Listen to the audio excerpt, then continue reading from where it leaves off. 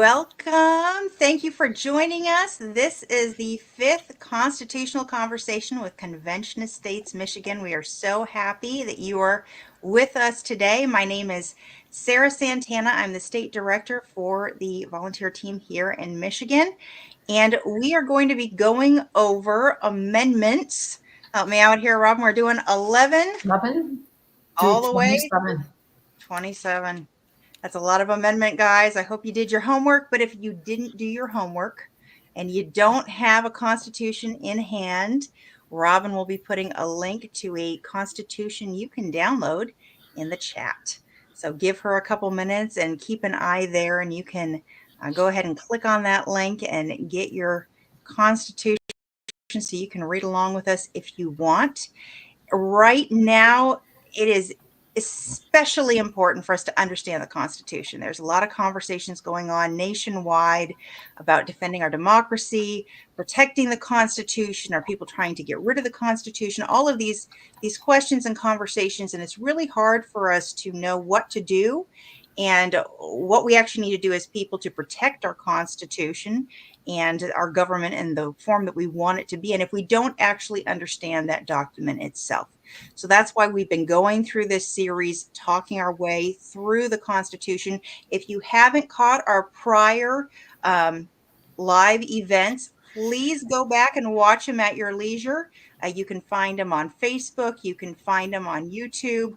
And what's the other one, Robin, that I always forget? Instagram. Well, Instagram, we're live, but Instagram won't save our videos. So okay.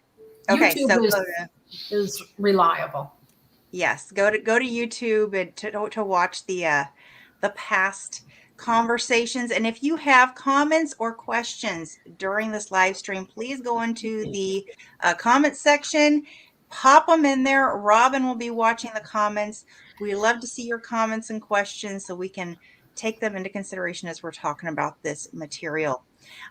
Please go ahead and give us a shout out in the comments. Tell us where you're at. And we're going to tell you where we are at. So I am over in West Michigan in the Allendale area, where it is gorgeous and not too cool and not too warm and starting to look really colorful, which is awesome.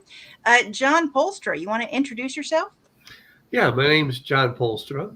I'm a regional captain. I've been with COS for 3 years, and I'm located in a little hamlet called Hamburg, which is in Livingston County, just north of Ann Arbor. Yes.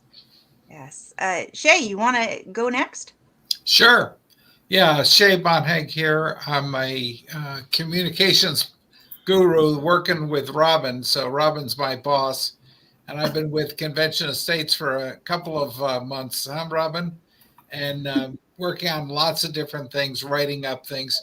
I live in Traverse City, Michigan. So, shaped like a hand, and we're way up here.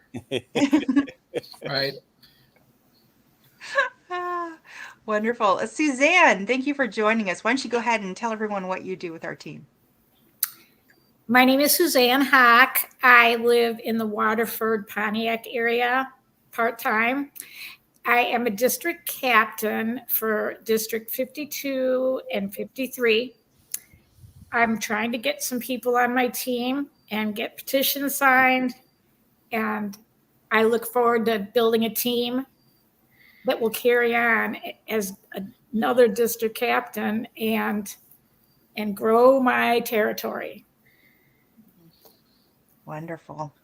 Kurt O'Keefe, Legislative Liaison, Dinosaur, St. Clair Shores, just outside Detroit, way over, and way over there.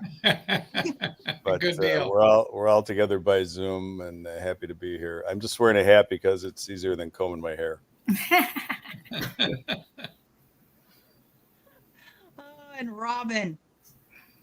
Hi, everybody. I'm Robin Riddell. I am the State Communications Coordinator for Convention of States here in Michigan, and I've been with the team now for probably 3 years. And I work with some wonderful writers.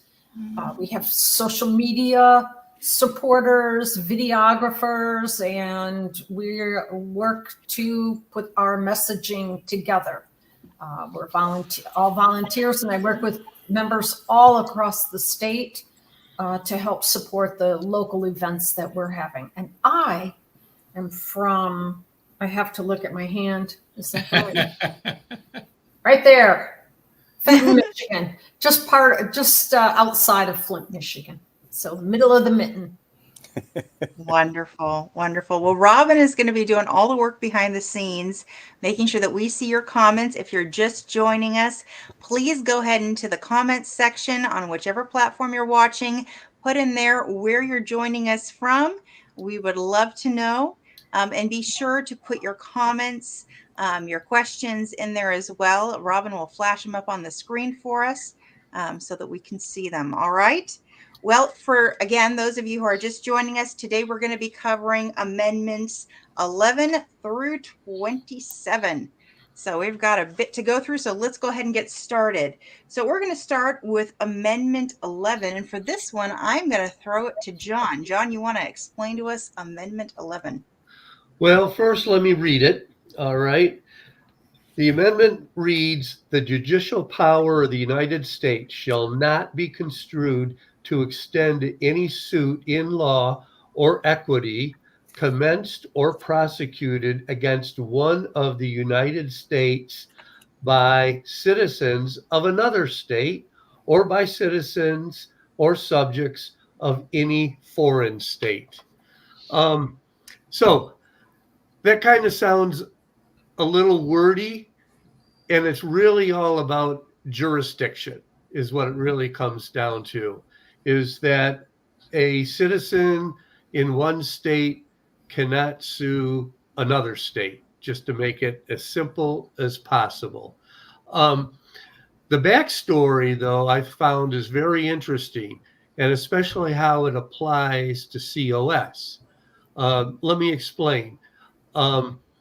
When the Bill of Rights and when the Constitution was being, how should I say, not written, but trying to be convinced to get ratified, okay, and to the Federalists made a number of arguments for the Constitution, and in fact, this covered one of those arguments about citizens in one state suing another state. And the Federalists gave many assurances that would never happen with this Constitution. But yet, Chilson versus Georgia, the Supreme Court ruled that a South Carolina citizen could, in fact, sue Georgia. So, the Supreme Court, as it so often does, goes rogue, has its own interpretation of the Constitution that's different from, say, the Founding Fathers who actually wrote the Constitution.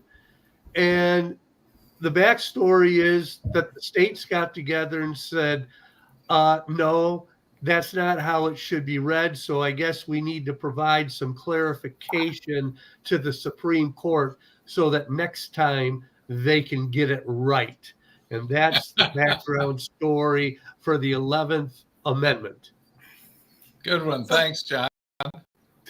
So does that mean a state can sue a state and a citizen can, so a Michigander can sue Michigan, but a Michigander can't sue Nebraska? Exactly. Unless, again, jurisdiction, they take their case to Nebraska. Okay. A Michigan citizen cannot sue Nebraska in the state of Michigan. Mm-hmm. Oh. Mm-hmm. Okay. Well, okay. Go ahead. Yeah. Disagree. Good job. No, good job, John. That's what I said I was going to do. Good job. We can do 12. Okay. You get all the stars, all the bonus points. Okay. But All right. 12 is great, as we all know. Mm-hmm. When they set up the Electoral College, the idea was we're going to get these really super wise people, and they're going to have this meeting, and they're going to come up with a president and a vice president. In 1800, Jefferson ran with Aaron Burr. They tied because at that time, you voted for who was there? They were two different parties. Mhm. So it was okay. How is this going to work? This will tie in later when we get to the 20th Amendment, because these people it's like they're going to meet in their state. Well, they got to meet in their state. Well, that might take a couple weeks. That takes a long time to meet and ride the horses and get to different places and get to DC. So the inaugurations weren't until March. And it wasn't until a couple weeks before the inauguration that the Delaware tie was broken between Jefferson and Burr. So they were tied in a number of states, and Delaware was the odd state, and they were taking votes, and people were lobbying and campaigning, and they wanted to fix that right away. They said, that's not what we meant. Mhm. That was not the Supreme Court messing it up. It was, they said, oops, we wrote that wrong. So the point is, the president and vice president run together so that you won't have that repeated again. And it hasn't occurred again, but Aaron Burr, of course, famous for killing Alexander Hamilton in a duel, and was dropped from the VP role the next time around. So, Mhm. but it's Jefferson. I thought, oh, well, they just had a vote in Jefferson. No, it took them almost 4 months, because each state gets one vote in the House of Representatives when there's a tie, Right. which Mhm. is possible now because it could be 269 electoral votes each, in which case the House of Representatives, each state gets one vote, but it's not the one we have now because they're sworn in on January 3rd. So it would be the newly elected House that would choose the president in the case of a tie. And then the Senate does if there's a tie with the vice president, but that would be the same thing. Mhm. So that's 12. Mhm. Yeah. The 12 really just covers, once again, the Electoral College, for those of you who are just joining us. And Kurt just laid it out there real nice for us. Amendment number 13 is focusing on abolishing slavery. That's pretty straightforward. Yeah, and the movie Lincoln, I thought, did a great job explaining that. You'd think, well, it was obvious, but it wasn't, because states closer to the South weren't all that hot about abolishing it or moving on through the other amendments. And that was a great story. Lincoln really wanted to push it and get it done, and it was only got through the 2/3 of the House and the Senate a couple of weeks before he died. It wasn't ratified yet. I like, though, involuntary servitude, except if you've been found guilty of a crime. Yeah. You Right. can watch the 30s, 40s movies with the chain gangs, Right. Right. which went on, I think, through the 60s and 70s. They're out there literally chained and breaking rocks and making highways, and that's the exception. In O'Keefe's view, the draft is involuntary servitude. I don't know that that's been challenged, but we haven't had it since the 70s. But if it came up again, that certainly seems to me to be involuntary servitude. Mm-hmm. Hopefully, I we would won't see. get to that point. Mm-hmm. So did you notice that in this is the first time that I've seen that section 2 added that says they have the power to enforce this by appropriate legislation? Well, that's in because they're anticipating the southern states coming back in the Union, Yeah. and they don't want them just saying, well, we're not going to call them slaves, we'll call them darkies, but they'll still be slaves. So they wanted to put some teeth in it, and this was called the Radical Republicans that tried to get Johnson impeached, and they were basically thwarted by Johnson, who was frankly kind of an alcoholic Tennessee guy that wasn't that big on. I'm not sure Johnson that's not who ran with Lincoln the first time. Political reasons. It was a border state, and Lincoln had ran against McClellan, was the general that he didn't like, and it wasn't a foregone conclusion that Lincoln would win. Mm-hmm. But isn't this the first time that the articles actually had that language in it? Yes. Because that's been repeated several times after this. Yeah, they picked it up with the Prohibition and some of the others. Yes. Yeah. Good catch. Yeah, good catch. Right now we look back and go, what do you mean you need legislation? There's no slavery, but Yeah. it's actually come up.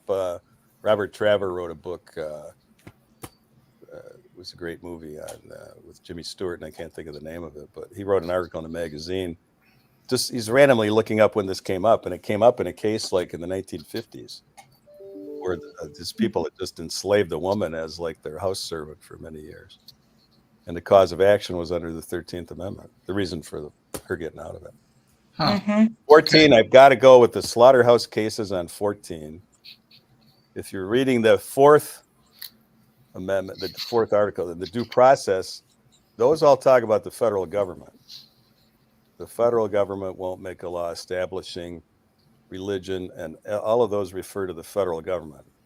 So in the 14th Amendment, again, post-Civil War, they're concerned with the southern states that seceded making up their own rules that did not, that they wouldn't accept that they lost, which of course they didn't. The 14th said the main part of it is it applies the due process and the Article 5 to all the states. It does. It also establishes, it defines citizenship again. Yes. It says all persons born or naturalized in the United States and subject to the jurisdiction thereof. So yes, relevant today, huh? Yeah, Yes, right. I think this is the second time it attempts to define citizenship. We had it earlier on in the original articles, but it's putting a finer point on it than it had in earlier sections. So and it's again, interesting. the target is, are these southern states going to come back in and just come up with a definition that makes former slaves not citizens? Right. So they were all this radical Republican agenda of getting these things nailed down, so they couldn't be wiggled out of. Then they've got representatives apportioned, and then Section 3 just they didn't want former Confederate generals and colonels and cabinet members eligible for federal offices. Now, Section 3 is one of those very relevant sections in today's culture war or political war, because this is the section that people are using when they say that Trump isn't eligible to be president again. There were a lot of lawsuits that were filed regarding this specific section. So what this is actually saying is that people, senators, engaged in an insurrection or rebellion. right, against the same, who have given aid, so on and so forth, shall be ineligible, essentially, to be a senator, a representative, an elector of a president or vice president, or to hold any office, civil or military, under the United States or under the state. So it goes on a bit, but the main point is that those positions cannot be held by someone who has been engaged in an insurrection or rebellion. As Kurt pointed out, this was put in specifically in the context of having just had the Civil War and dealing with people who had been engaged in these things in that context. Now, I do believe that courts right now are ruling that this does not apply to the president. The president is not a position that is listed in there, quite pointedly. Yeah. Well, it says any office. Right. What they're So I've saying heard, is January 6th is not an insurrection. That's what the holdings have been. well, The left, that too. the That left too. comes out and says, well, he was part, and it's like, well, insurrection, what they meant was the Civil War. They're like guns and armies and cannons. A rebellion or aid or comfort to the enemies thereof. So that's not, because you had, again, some of the border states were cooperating, people in the border states, and that's what it was all about. It does not apply to something like January, whatever your interpretation of January 6th is, didn't apply to that. But that is, if any of our listeners have heard this particular argument, this is the section of the Constitution that's coming from. You can look at this particular section. We are in Amendment 14, Section 3, and that's where you'll see the actual text that's getting argued about in those particular cases. So one a of the little early bit of- horrible decisions on this, the slaughterhouse cases Mhm. out of Louisiana in New Orleans, these guys were out vending something in the street, and the brick and mortar store owners selling the same stuff got the ordinance passed that no, you had to buy a license. You couldn't do it. So it outlawed the competition. And the court mistakenly said due process didn't apply to like economic stuff.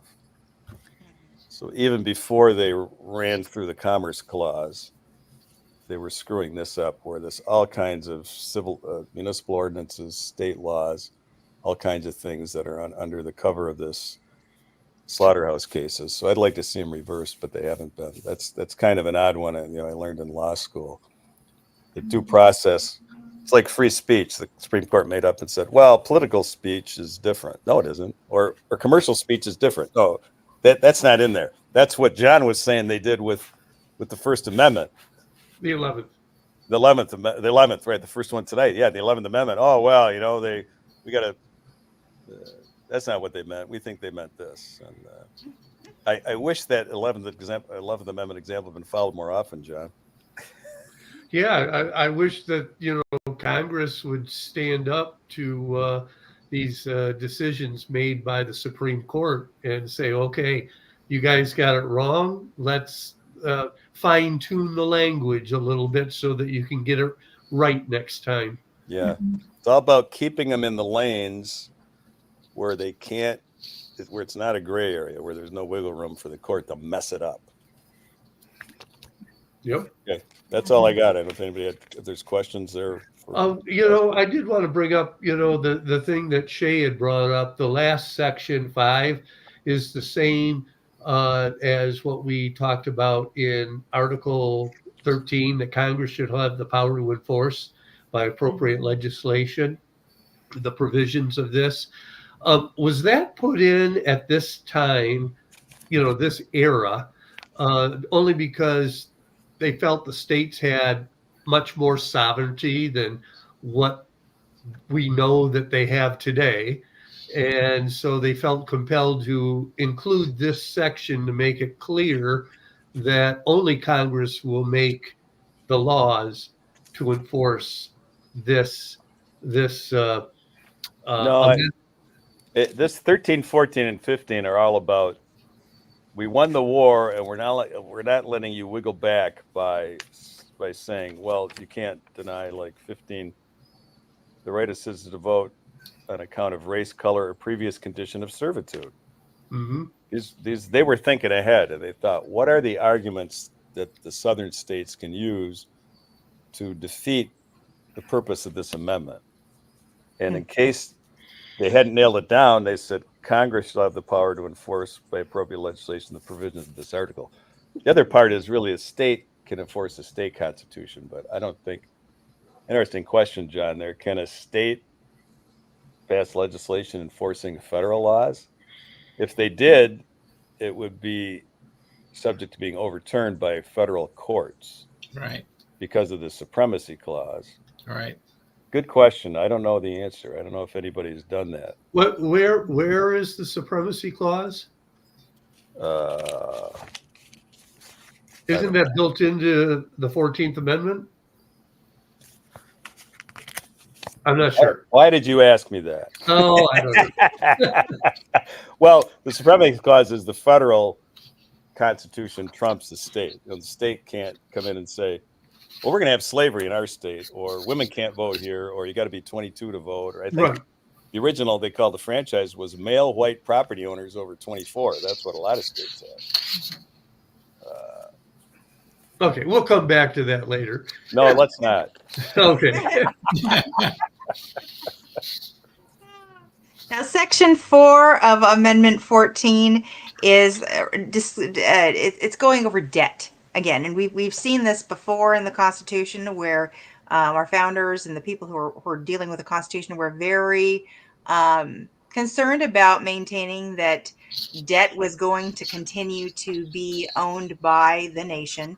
But in this case, they disown debt that was incurred in the act of supporting an insurrection or a rebellion, again, in the context of civil war here. So basically, they're saying if you had debt that you incurred on our behalf doing something you weren't supposed to do, that was illegal, and we're not going to cover it. Yeah, we're not covering those Confederate government debts, and Right. we're not. No, sorry, we're not paying military service pensions to the Confederate soldiers and so on. Right, exactly. It also says that they wouldn't cover any claim of loss due to emancipation of slaves and that sort of thing. So kind of just covering all their bases there. Let's see here. So in effect, that clause there sort of took away the or countered the clause of compensation for taking of property. Yes. You know, that kind of neutralized that Right. argument. The Fifth Amendment of no taking of Yeah. private property without just compensation. Yes. Right. Yep. So this counteracted that. Right. I mean, amending means changing. Right. So these amendments are coming in to change something that was already there, which is Yep. what we're all about at Article 5 COS. Right. All right, so then we can move on to amendment number 15, which basically says that you can't be denied the right to vote based on the color of your skin, your race, or previous condition of servitude. So that one also was fairly straightforward. But I like go ahead. the wiggle room there because there weren't any white slaves in the South. So you could see him just getting away from a slave, condition of servitude, indentured servant or slave, and just saying black people or dark people. So that, I mean, they really were nailing these down. They were well written. And you've got that repeat there, John and Shay, of Congress shall have the power to enforce this. So then we get to amendment number 16, which is the income tax amendment. And I think, I was looking at this. We didn't have income tax from the federal government until 1913. So all this time passed without income tax from the federal government. Sorry there, but we did. There was temporary income taxes for during the Civil War, and there was another time later, which gets into the whole issue of standing, of, well, who has standing to sue over that? And then this is part of what we're still dealing with, speaking of current events. The progressive movement here, 15 or 16 and 17. But the language in the Constitution was the tension between the large population and the small population and how the taxes would be. And we don't want, so what it said is, has to be per person. And they couldn't figure out how to do an income tax that would even out per person. And because they wanted the income tax for the reasons that it's become a big, powerful redistribution thing, they wanted it worded this way. But also, I believe it started as an Article 5 movement, and there was a lot of popular push. I know the next one did, hard as it, but again, it was, when it came out, it was only applying to maybe the top 5 or 10% of income earners. It's kind of the class warfare thing. And So let me ask you, Kurt, before this amendment, was income tax then gathered by the states and then given from the states to the federal government? no, they were unconstitutionally enacting these income taxes to pay for the Civil War. And then I read it. I thought the same thing you did till the last 6 months. Something came up where I read and I went, oh, they did do it. It's just, Lincoln suspended habeas corpus. He did some other things that it's a problem of challenging it when you've got 11 states that seceded. It wasn't that big. There wasn't a lot left.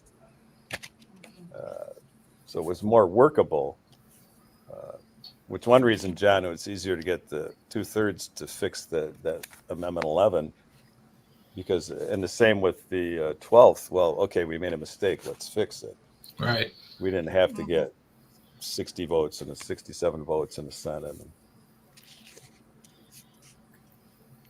Yeah, so no, they did it, but it was very narrow. It was so narrow, and it would have been very unpopular for some railroad millionaire to sue over the income tax. And it was not anywhere near as much as it is now, as high in terms of the percentage of what they were taking. And you didn't have all the other taxes. Didn't have any state municipal income taxes. Most of the revenue of the federal government was from tariffs, which are really paid by all consumers, but people weren't going around paying taxes. in any form, pretty Mhm. much. Yeah, the tariffs tend to be a hidden tax.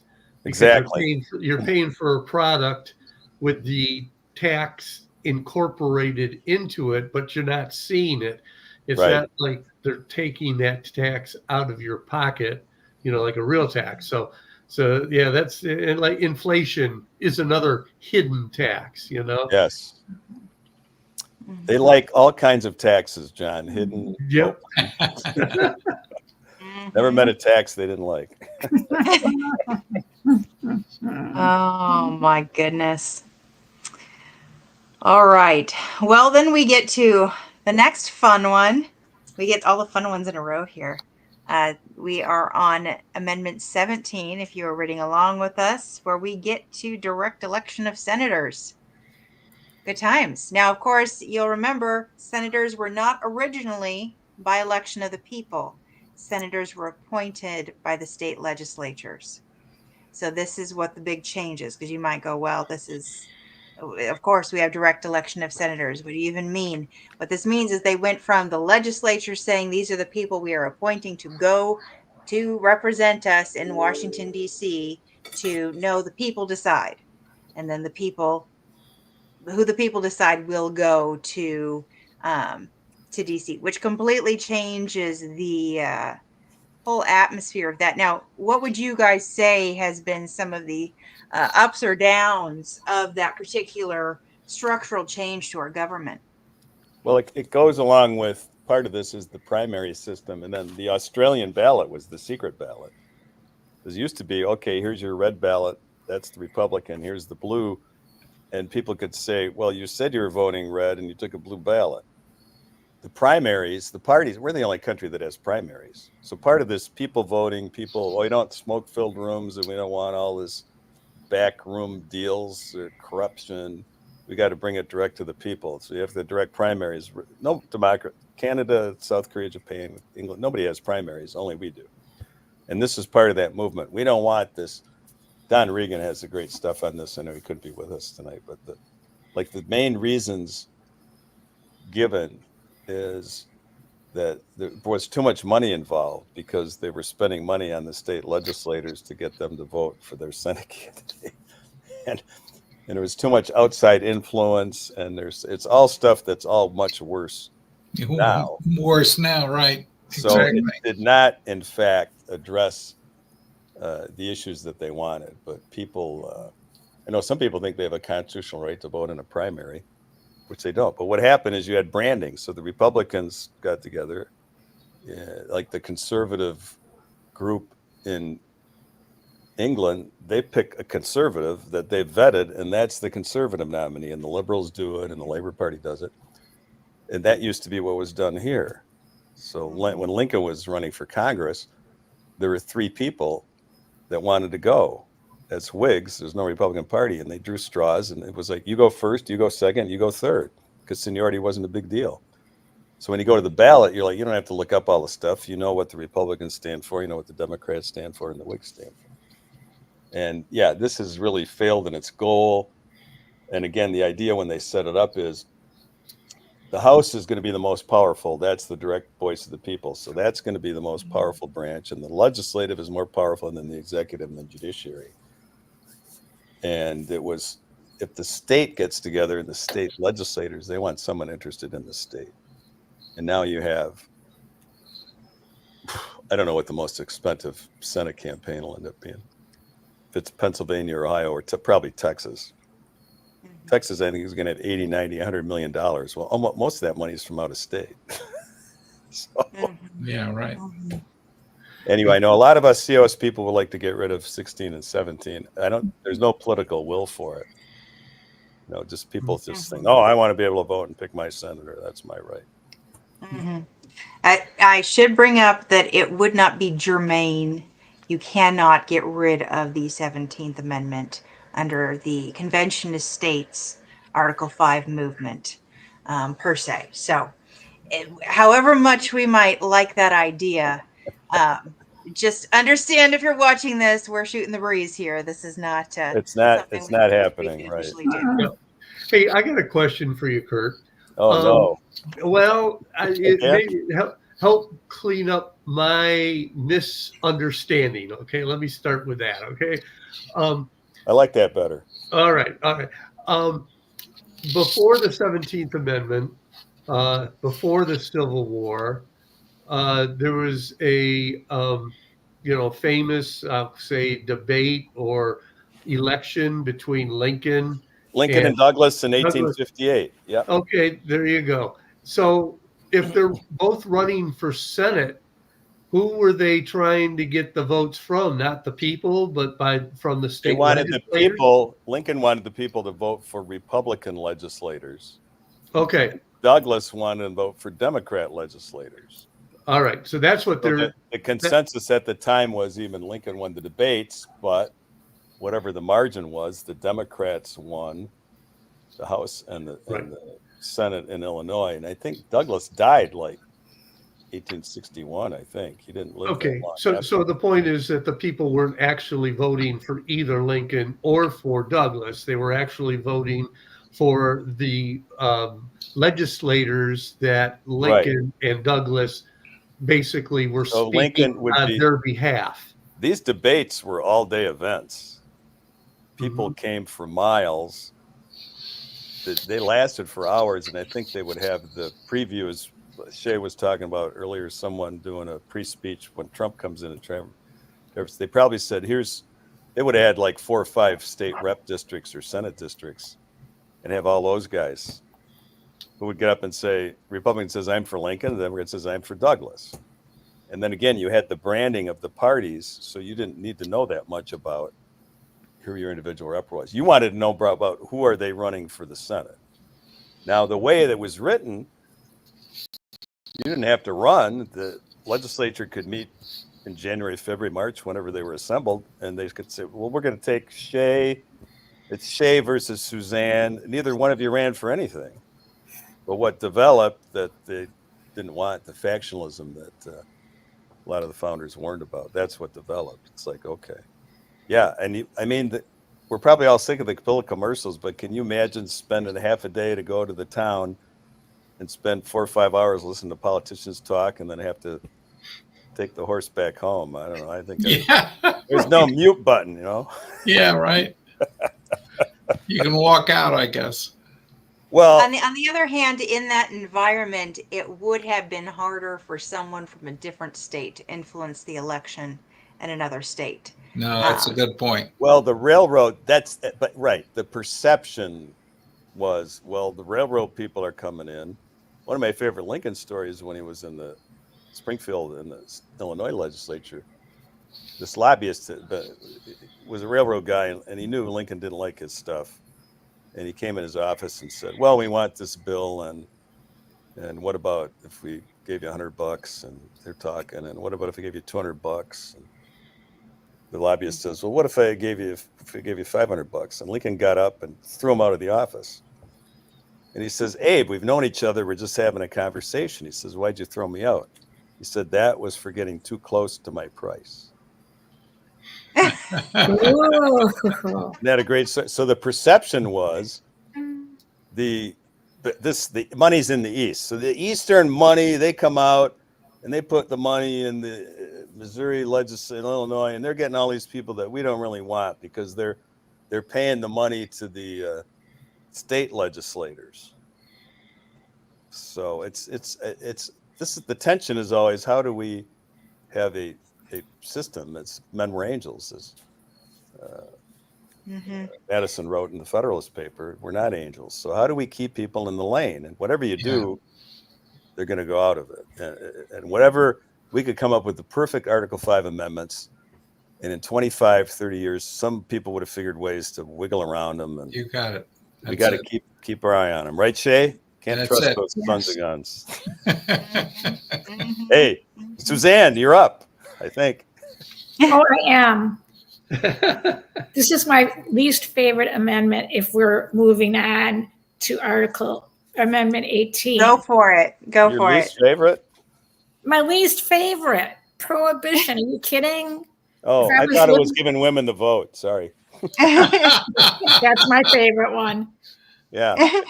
But yes, prohibition, it's kind of hard to believe that it actually became an amendment in my mind, because like we were just talking about all the big money and things like that. And I'm pretty sure the people in New York and Chicago and those other cities were very much against this, and they knew their livelihood was going to be really in trouble. But the, what was it? The temperance women, or movement. I should say the temperance movement, put enough pressure that it did pass, and it passed. It was adopted in 1920, kind of like 9 years before the Depression. Gee, that's interesting. And so we all know what happened. We banned liquor, and everyone went underground. The violence was ramped up, and it was not. It was. I don't think it was as successful as the temperance people thought it would be. And down the road, it was appealed, and that's why we can drink now. Now, one other thing: some of the states or counties were already not allowing alcohol sales, or they had all these weird laws.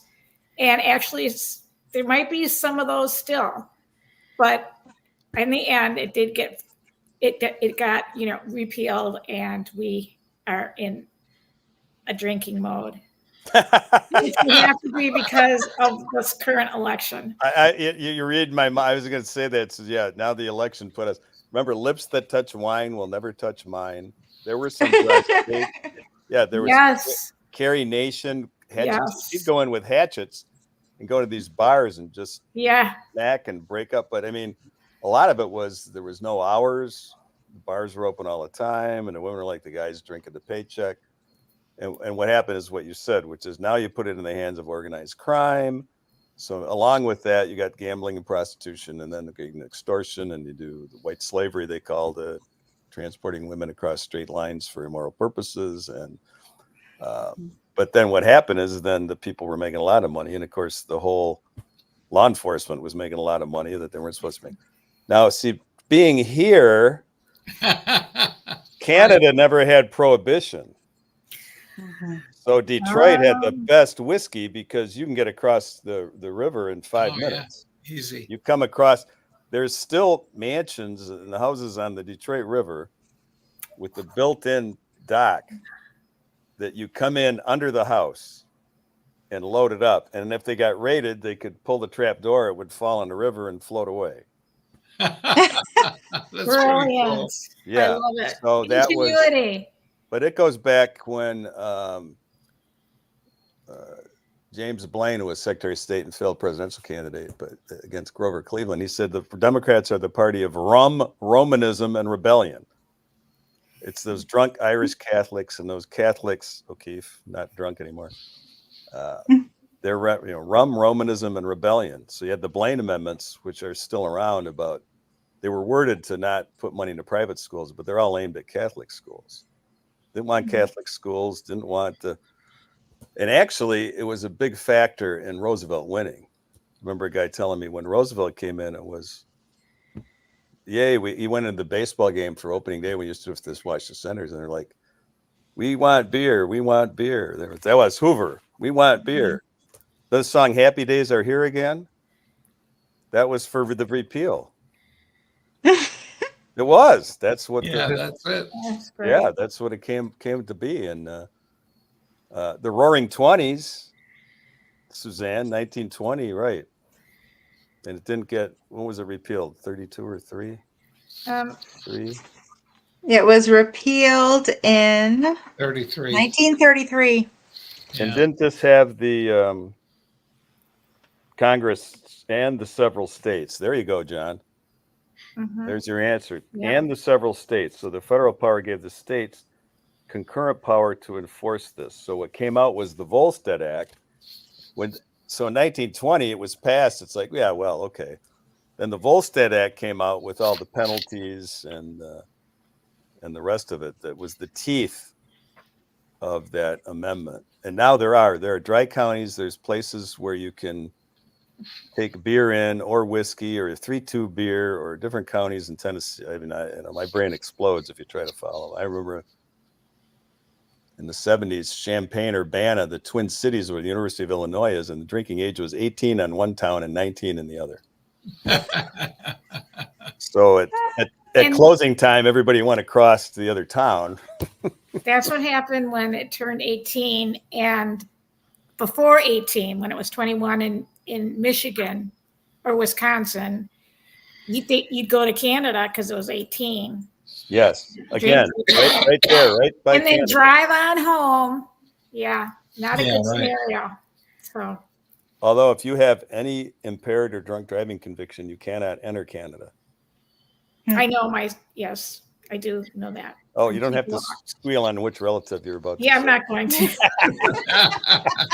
Well, I know lots of people where that it applies to. So All right. Well, so that was Amendment 21 covered prohibition, and then we skipped ahead to, if you're following along, 23, which repealed that, and it So we did got- a little bit more than that. Do I have the right one here? No, I'm sorry. 21 was the repeal. Yeah. Thank you. Thank you. I was saying everything in reverse. 21 repealed. We were discussing 18, which is prohibition, then 21 repealed. 21 after repealing also then basically said that yes, we're repealing, but any liquor transportation, import, whatever laws that the specific state or territory holds in and of itself has to be respected, essentially. So you can still have local laws regarding this, but there was not a overriding national law anymore. and really, you know, that's as you're saying that, Sarah. It's like Roe versus Wade. It's like there were states Very that one much. place was legal and it wasn't. Now they go, oh no, it has to be legal everywhere. And then Dobbs says, well, you do whatever you want. So Mhm. that what this did, there were dry states and dry areas before. Yeah. Mm-hmm. Yeah. Okay. So we're going to move on. We're going to go back because we did 18. We're going to go to 19. 19 said that voting couldn't be restricted based on sex. So we're just going Suzanne- down the list. Oh, is Robin clapping there too? Behind you? Probably. Right. And then we moved on. Although to- on 19, I just want to say women had the right to vote in Wyoming and some other states. Mhm. So that just said, hey, everybody's got to do it. Oh, that's cool. I didn't That's know right. that. Yeah. Yeah. Well, we'll get to that again, that point later. All right. So Amendment 20, I'm going to keep us moving here. The terms for president and senators and representatives, they established the date and the time of year, the date and the time of day, excuse me, that the terms would end and start. So the changing of the guard, so to speak. So for yeah. president and vice president, one term ends at noon on the 20th day of January, and the next president takes over then, of course, 1201 or whatever. And the senators and representatives, they have their switch out a few weeks earlier. I think that's a bit of January 3rd. forethought having. Pardon? Yeah. 17 days earlier. Yeah. Yeah. So, and they do it at noon on January 3rd. So And that's where you have your. So the impetus is Roosevelt was in such a hurry and he had to wait till March of 33. And then his famous 100 days that are overblown as a success, which they weren't. And he said, this is ridiculous. And this goes back to, okay, when the founders are there, it takes a long time to ride the horse and get from Georgia to DC. And we don't know how long we're not doing the electors. And then if it's a tie. So that was kind of a really updating thing. What I found today that I didn't realize is this says also, if they get Trump, for example, after he's elected, if he wins, before the Electoral College votes or after the Electoral College votes, but before January 20, the vice president-elect becomes the president. And I've been Correct. asking You're people in that. section 3? Yes, which Yeah. I didn't know. I thought all this did is straighten out the inauguration timetables and putting the president and Senate. And I don't know whether the reason for that 17-day advance is that they wanted the newly elected House to choose a president if there's not a majority in the Electoral College. Maybe that was it. I'm not sure.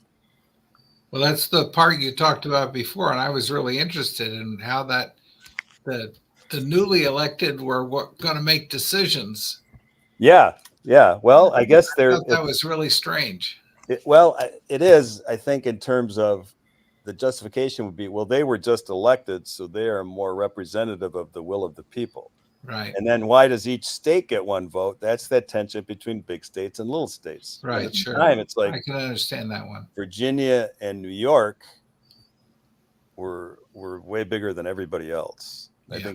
I think Pennsylvania was third, and Massachusetts included Maine, but and Virginia and the Carolinas kept going west. They included like all of Kentucky and Tennessee, and Georgia was the convict colony. So that tension was, well, we don't want. Now, if you did it now, California has, I think, 48 in the House.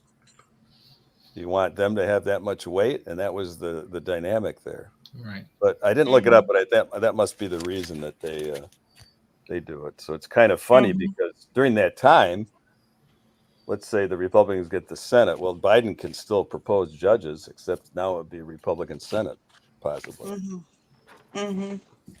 Well, and it's interesting, again, when you're talking about what was their mindset, Section 1 of Amendment 20 establishes the dates and the changing of the guard, Right. and it has Congress happening a few weeks before the president, which is probably a lot of forethought, and that you aren't having both of your major ruling elected changeovers happening at the same time. So if there's a problem with one or the other of them, it's not happening at the same time. You have somebody being consistent. And then they give you Section 2, which says, and I love this, Congress has to meet one day a year. Let's get rid of that. They have to meet once. So you just this expectation, and the day they have to meet is on the 3rd day of January, unless they set a different day. And I believe now it's been set to the 6th or something like that. No, that's something different. It's That's the 3rd. something different. Yeah. Right, it's the 3rd. So the 3rd, they have to meet the day that they take office. Right. This is the bar. You're going to take office, and you're going to work at least one day on behalf of the people. Just, and so then this is the expectation. And then we get the next section that says, oh, and if the president-elect is dead before you get to the 20th of January, then the vice president takes it. And if the vice president can't take it, then Congress gets to choose. And they also say that Congress in that situation gets to choose the VP as well. Yeah, well, House yes. gets the president, Senate gets the vice president because he's president of the Senate. I don't know that they're ever defined president-elect. Yeah, has been elected. So, yeah, is he elected? When's he elected? That was one of my questions. If Trump dies, if Trump won, is he elected when the votes are certified by the state's Secretary of States? Because that doesn't happen right away. So you're saying if someone who's running, no, he won. He wins. He has the most votes, and we all know it on November 10th. But they haven't been certified yet. So right. He dies on November 11th. So is right, Vance and they don't the get certified until president-elect? January 6th. So Is Vance the president-elect? You're hung up on January 6th, Sarah. You got to get that. Well, that's when they have to report the official election results, right? They've passed a statute that's a clerical function, yeah. But the electors are certified by the states a week before they meet, and earlier, right? December 19th. So right, you would but they're submitted to Congress, January which is 6th. where the funny business would happen, right? With but Congress. That's not elected. No, they tightened it up on the statute. There can't be any. There couldn't be the way. Okay. They took it up. Okay. That's not when he's elected. Right. But is he elected? The stages are. That's counting the votes, which were cast on December 19th. But all of the electors had to be certified a week before that. And each state certifies its own electors according to its own state law. Mm-hmm. This is a Okay. lawyer in me, John. Here's your in the weeds question. Mhm. Well, so he has an event, a fatal event of some kind on November 10th or November 16th, and not enough states have certified their electors for him to have 270. I don't know. I don't think it was dealt with or Mhm. I really don't know In why they theory, thought it of would it at get this time because the timing of it wasn't Roosevelt. Well, Roosevelt was sick, but it was hidden forever. yeah. It probably would come down to the electors Well, themselves. that's what I wonder. But now the states have all passed these laws that they have to vote for whoever won the popular vote in their state. Yeah, there's some I suppose some issues that could come out of that, huh? Well, that's Interesting. lawyer question. Yeah, yeah. Okay, let's keep moving because we are running out of time. We still got some amendments. So we're going to move on to amendment number 22. And amendment number 22 is largely dealing with the terms that the president can run for. So it limits a president to 2 terms, and it limits a president to 1 term if someone serves at least 2 years as president in a term that someone else was elected for. So let's say that But Truman Kamala could, Harris yeah. became president right now, and she served as president until January 20th. And then she was, say, elected to be president again this November. She could take office in January, but she would not be limited to just that term because she would be serving less than 2 years, if this makes sense. So if you serve if you become president during someone else's elected term because they die or they can't be president anymore, and this has happened, if you serve less than 2 years, or I should say not more than 2 years, you have the ability to then get elected twice as president. You are allowed to do that. If you serve over 2 years, then you can only get elected to be president one more time.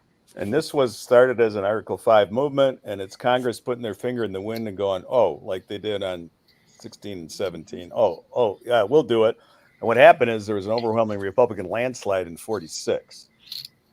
That's how it got through, which carries over into 23 because Lyndon Johnson wanted the District of Columbia to be able to vote for president, and he had overwhelming majorities in the House and Senate.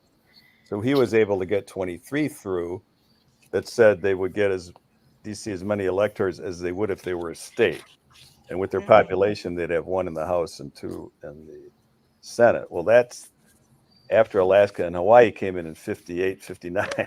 That's the last time. That's what made it possible to have a tie because it came up adding those 3 made it an even number that could be a tie. So it's the political thing is the Republicans overwhelmingly had Congress after 46 and the Democrats did after 64. And that's part of why those 2 happened. Interesting. So, so Amendment 23 gives Washington, D.C. electors when it comes to the Electoral College to elect president and vice president. 24 is saying that your voting rights cannot be restricted using taxes. So basically, they can't make you pay to be able to vote. They can't keep you from voting because you're backlogged in taxes or whatever.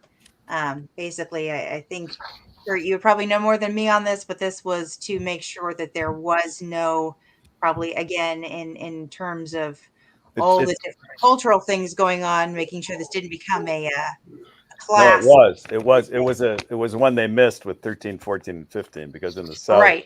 they were making a tax and they were poor or, they were making other tax. Well, you're behind your property tax. You can't vote, blah, blah, blah. Right. Yeah. 25 is interesting. When Kennedy is killed, Johnson has no vice president. And that becomes an issue of this is kind of something that we need to think about. The Speaker of the House was rather old at the time. Wouldn't be considered old now, I guess.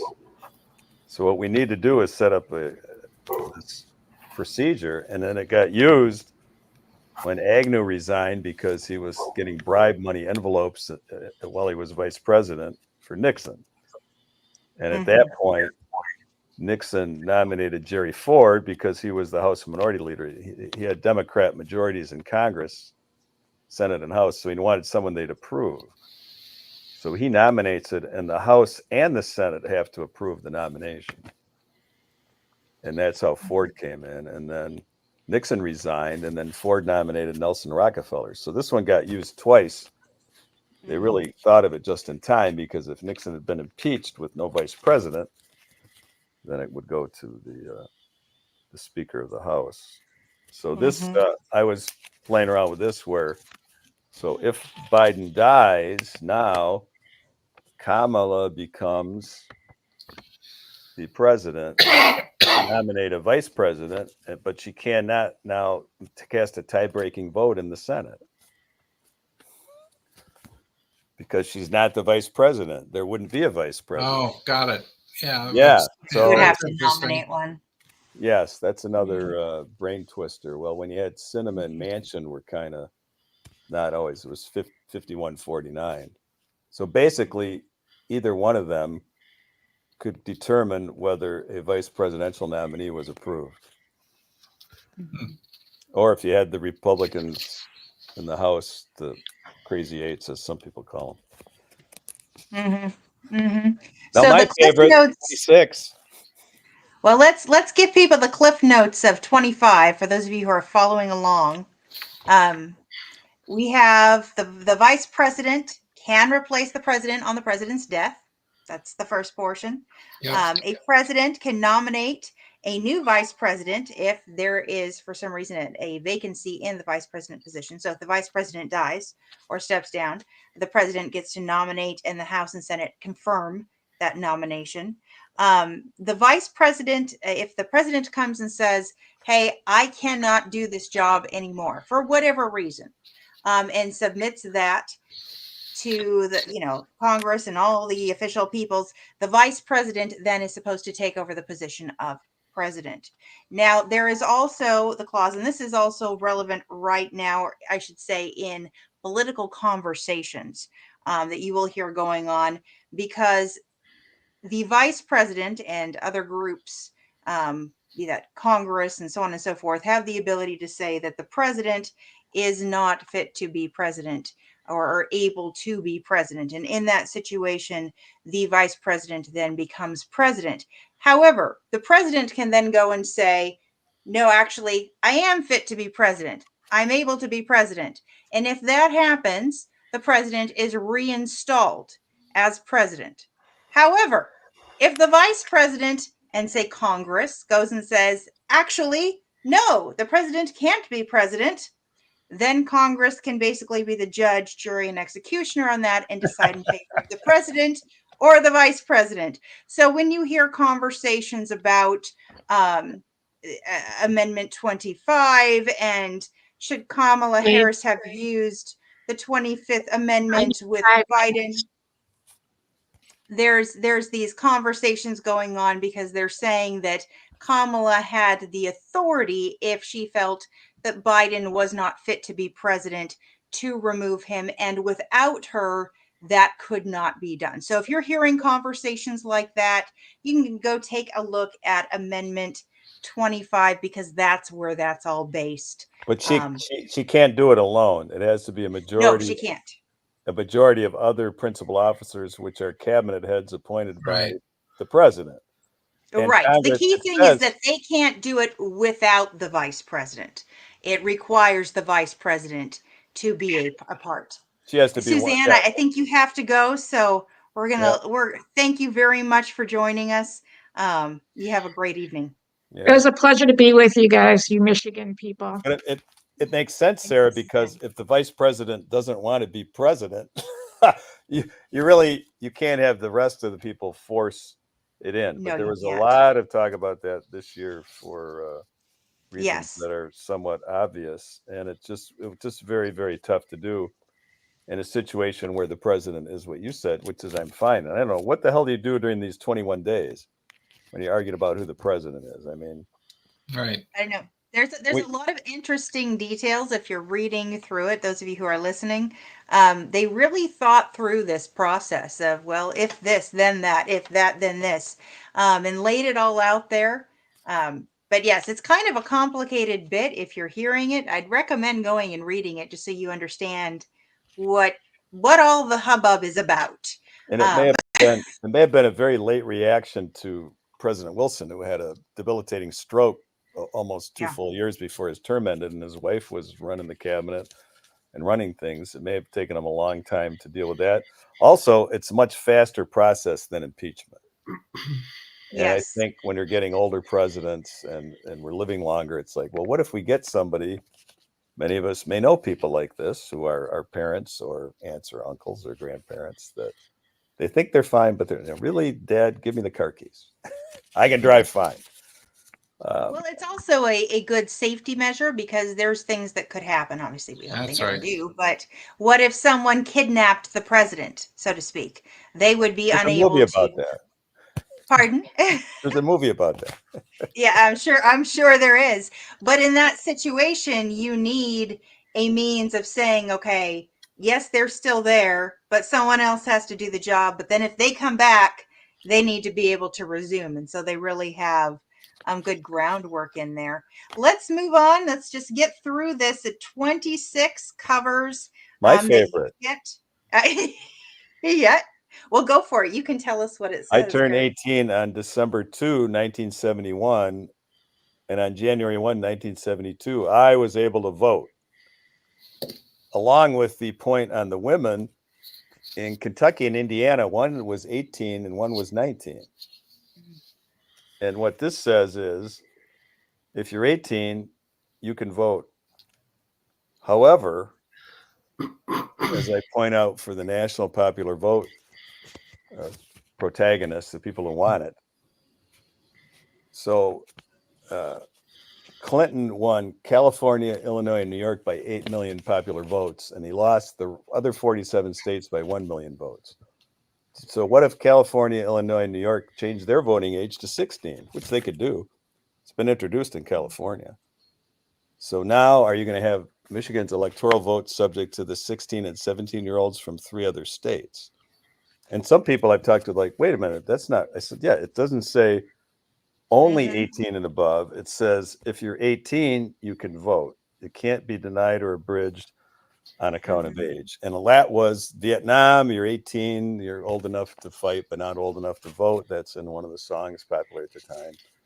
So there's lots of pressure for that. And it was passed fairly quickly at the time. But again, it's kind of a sentimental favorite. I was able to run for precinct delegate in May of 72 and great ego high of voting for myself the first time I voted. Which in many respects was the peak of my political career, but we won't go there. Oh my gosh. I'm not doing 27. Does anybody want to? I'll do it. 27. Good. Go That's for right. it. Good. Go for it. All right. John is the beginning. He's the alpha and the omega.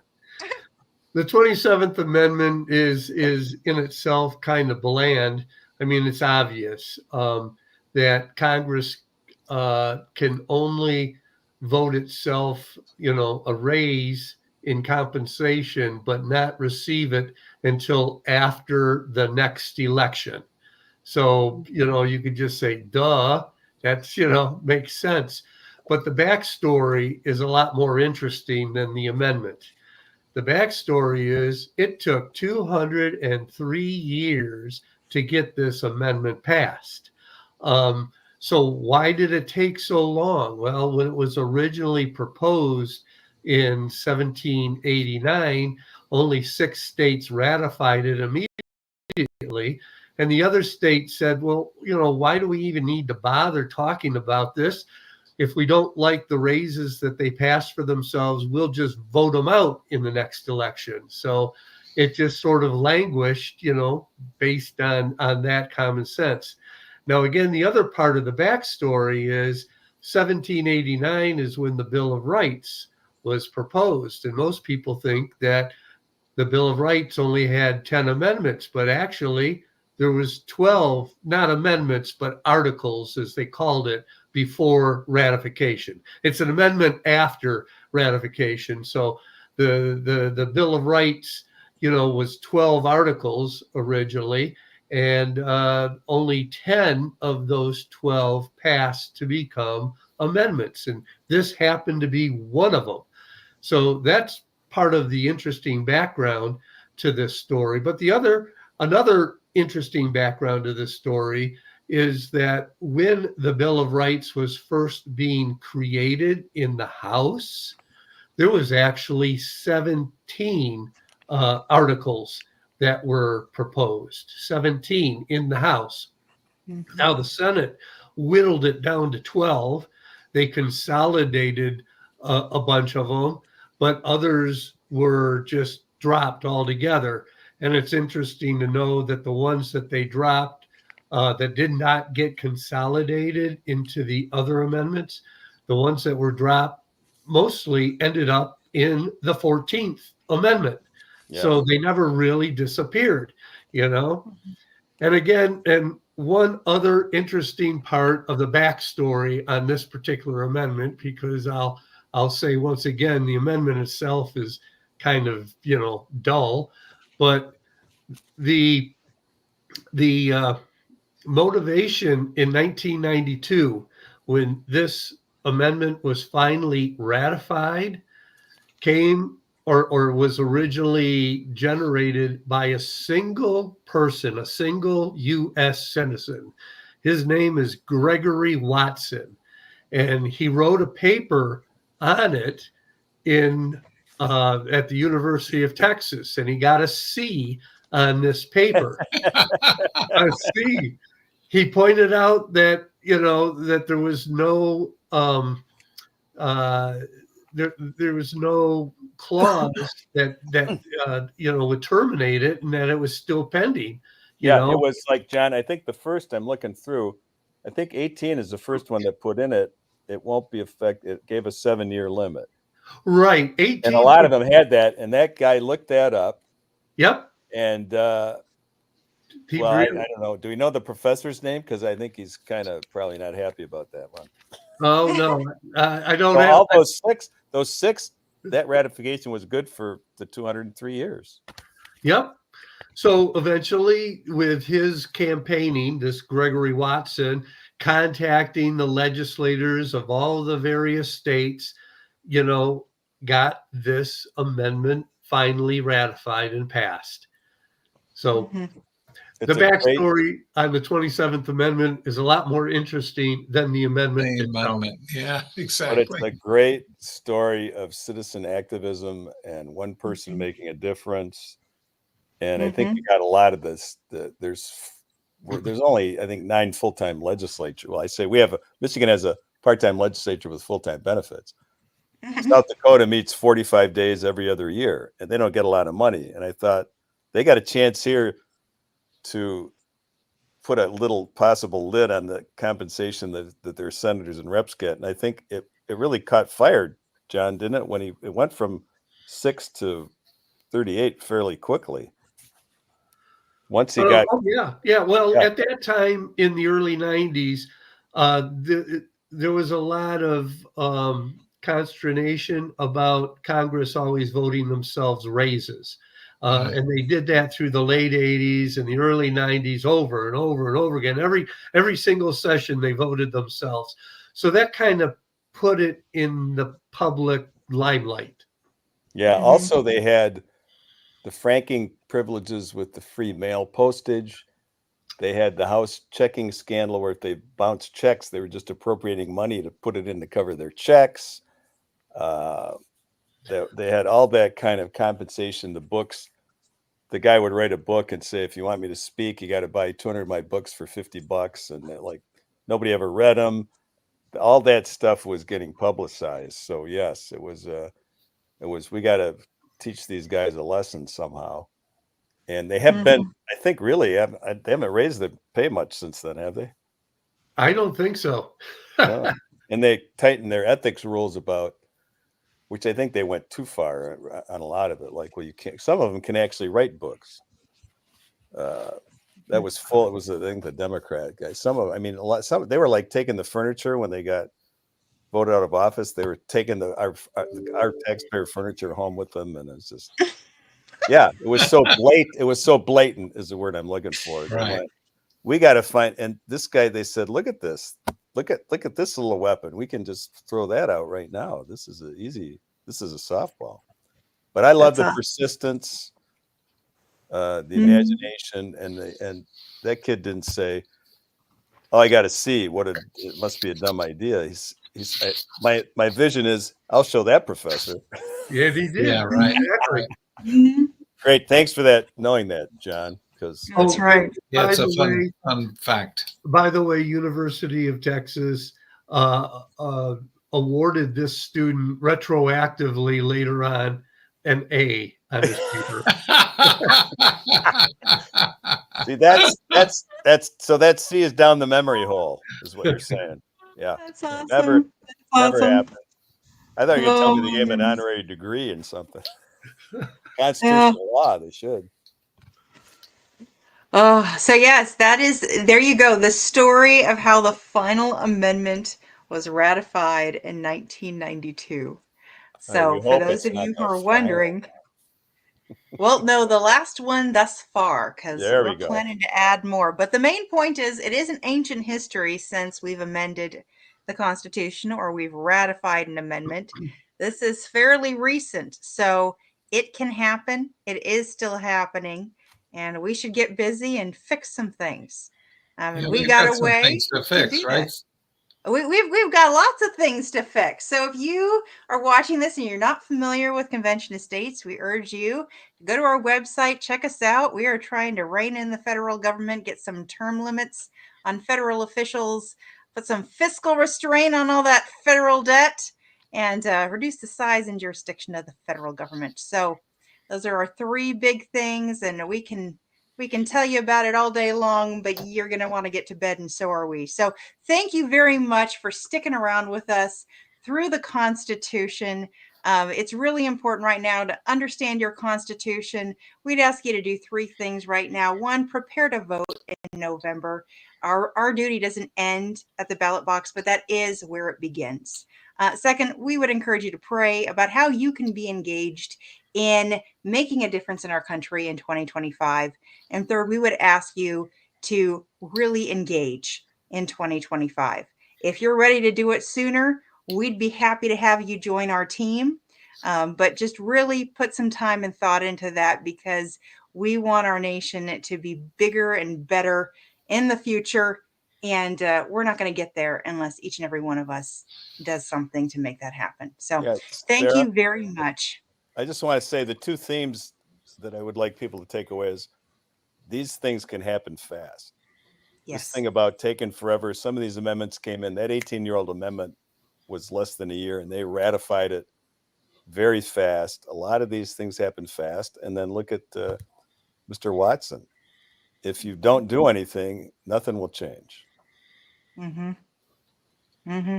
Absolutely. That's an excellent way to close. So actually, let's pray and we'll call it a night. Father, we thank you for the ability to meet together, to have these conversations. We ask that you'd be with each and every one of us, that you would give us wisdom, that you would give us guidance on what you would have us do in our lives, in our spheres, and the things that you've given us opportunity to make a difference in, to change our country in ways that will be of benefit. We thank you and we praise you, Lord. Amen. Amen. Amen. All right. Have Thanks. a wonderful evening, everyone. Thanks, Good night. everyone.